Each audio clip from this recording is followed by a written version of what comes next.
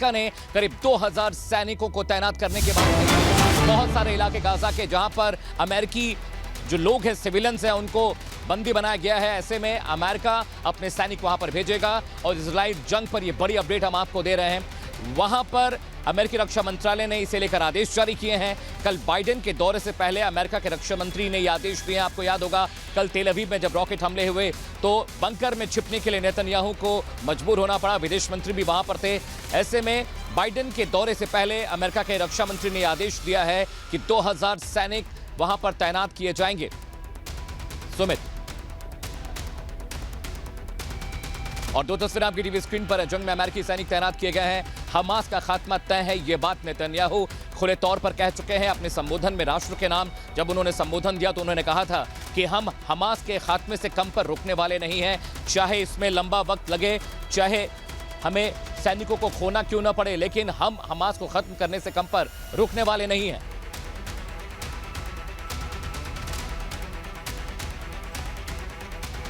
और बड़ी खबर आ रही है, लेबनान सीमा पर भी इजराइल सैनिकों और लेबनान के बीच झड़प की खबरें आ रही हैं।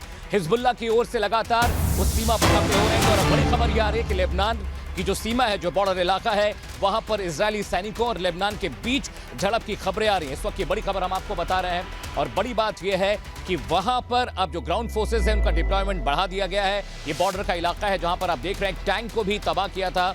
इजरायली टैंक वहां पर बॉर्डर पर तैनात था जहां पर आतंकियों ने उसे तबाह किया है। ये तस्वीरें हम आपको दिखा रहे हैं। सीमा पर दोनों तरफ से हमले हो रहे हैं। अब ये टू फ्रंट वॉर खुलता दिखाई दे रहा है क्योंकि गाजा पट्टी पर हमास के हमले हो रहे हैं और इधर लेबनान सीमा पर भी इजरायली सैनिकों पर हमले हो रहे हैं। तो इजराइल और हमास के बीच जिस तरीके से ये भीषण जंग चल रही है, इसमें भारी तबाही हुई है। कई नागरिक जो है अभी तक मारे जा चुके हैं, तो वहीं 64,000 के करीब इमारतें पूरी तरह से गाजा में निस्ते नाबूद कर दी गई हैं। एक रिपोर्ट आपको दिखाते हैं।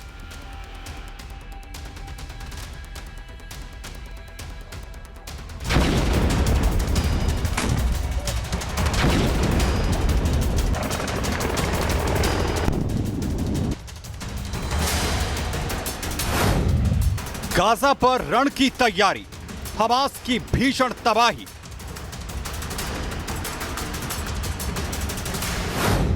अब होगा आखिरी प्रहार, इजराइल लेगा इंतकाम।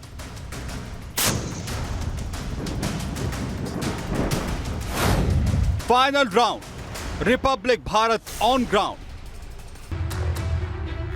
इजराइल की सेना तैयार है।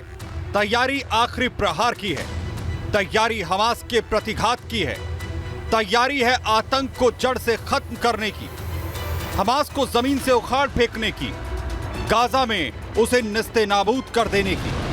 गाजा की सीमा पर इजरायली मरकावा टैंक की गर्जना यह बताने के लिए काफी है आईडीएफ के हौसले आखिर कितने बुलंद हैं। सैनिकों का जोश बता रहा है अब यह लड़ाई अपने आखिरी पड़ाव पर है। हमास से हमले का इंतकाम इजरायली सेना लेकर रहेगी और इसीलिए अब उसने अपनी रणनीति बना ली है। इजरायली सेना की तरफ से बयान आया है कि अब हमास के साथ जारी युद्ध अगले चरण में है।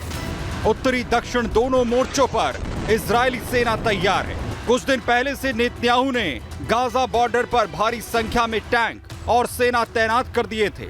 अब उनकी पोजीशन का समय आ गया है। हमास के खिलाफ जारी टैंक्स की तैनाती को इजराइल ने पूरी तरह गोपनीय रखा है। इस वक्त गाजा पट्टी को जाने वाले उस राष्ट्रीय राजमार्ग पर मौजूद हैं जो सरहदी इलाकों को ऑपरेशनल बेस से जोड़ता है। और यहाँ पे आप देखेंगे तो विजय सुरेंद्र शाह आपको दिखा पाए कि जो पुलिस की तरफ से सभी नाकों पर बैरिकेडिंग कर दी गई है, यानी कि वो ऑपरेशनल बेस जो हम आपको लगातार पिछले 10 दिन से दिखा रहे थे, वहां पर एक्सेस को बंद कर दिया गया है। यहाँ सिर्फ पुलिस की गाड़ियां जा रही हैं। आप देखिए जिन गाड़ियों पर पुलिस लिखा है उन्हें जाने की इजाजत दे रही है। उसके अलावा किसी भी गाड़ी को यहाँ से जाने की इजाजत नहीं दी जा रही। सबसे डिटेल्स चेक की जा रही है और उसके बाद यहाँ से आगे जाने की इजाजत दी जा रही है। अत्याधुनिक हथियारों से लैस इजराइल की पुलिस सुनिश्चित कर रही है कि अब ऑपरेशनल बेस पर जो एंट्री है उसे बंद कर दिया जाए।